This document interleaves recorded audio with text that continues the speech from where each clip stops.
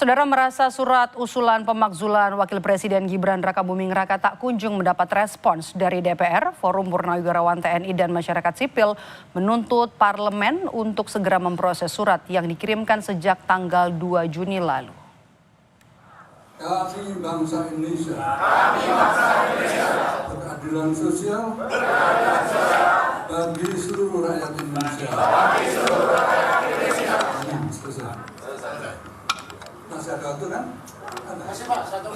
Konferensi pers yang digelar sejumlah jenderal purnawirawan TNI Rabu siang tadi secara khusus menyampaikan rasa kekecewaan mereka terhadap parlemen karena belum adanya perkembangan dari surat pemakzulan Wakil Presiden Gibran Rakabuming Raka yang sudah diterima Setjen DPR MPR sejak 2 Juni lalu.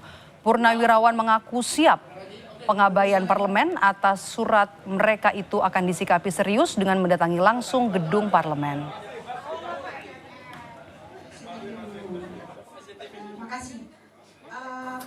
Setiap perbuatan yang TNI mantan TNI harus atas dasar kebenaran profesi. Jadi atas dasar doktrin yang ditanamkan sejak kita masuk.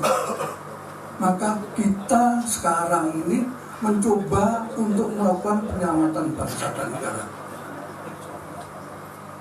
Nah, kalau sudah kita dekati dengan cara yang sopan, tapi ternyata diabaikan, nggak ada langkah lagi kecuali kita ambil secara paksa.